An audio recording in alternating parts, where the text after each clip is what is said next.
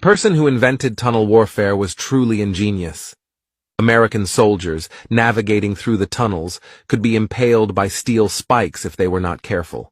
If they showed their head, they were strangled by the Vietnamese. Sometimes, they encountered cobras, and if they were not attentive, they were bitten to death.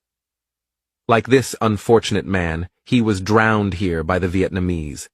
Even when American planes bombed, the Vietnamese could still hide underground. Even throwing grenades into the holes did not help, because the tunnels were curved, and the grenades could not reach the target.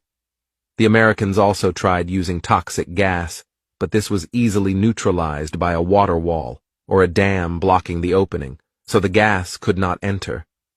The Americans tried to find the entrance to the Vietnamese tunnel. They brought 2 dogs with them, which followed them to the pigsty. The Americans thought that if they held their position, the Vietnamese would come out. They did not realize that the Vietnamese had tunnels everywhere, 200 kilometers long. These tunnels not only led to the bathrooms, they led to the rivers. If the Vietnamese jumped into the water, they could crawl through the tunnels. The craziest tunnels even reached the American headquarters. They slid in the middle of the night. The traps in the Vietnam War were brutal.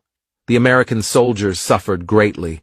The Vietnamese invented the pedal trap, a steel plate in the shape of a shoe specially designed to confront American soldiers. Once an American soldier stepped on it, dozens of bamboo sticks would directly pierce their legs. They suffered terribly.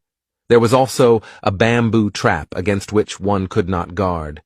If a soldier walked by and touched the trap, bamboo fell from the sky, falling and impaling the soldier's body. And then there was the bow and arrow trap. If an American soldier touched a bow, a device attached to the bowstring would immediately activate. A bow and arrow soaked in poison were then shot directly at the American soldier. Even more terrifying was the box grenade. 2 grenades were placed in an empty box and held together by a thin cord. If an American soldier passed by and touched the cord, the grenades would instantly explode.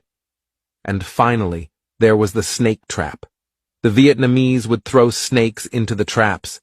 The unfortunate soldier who fell into them became the viper's prey. The men above were terrified to see this,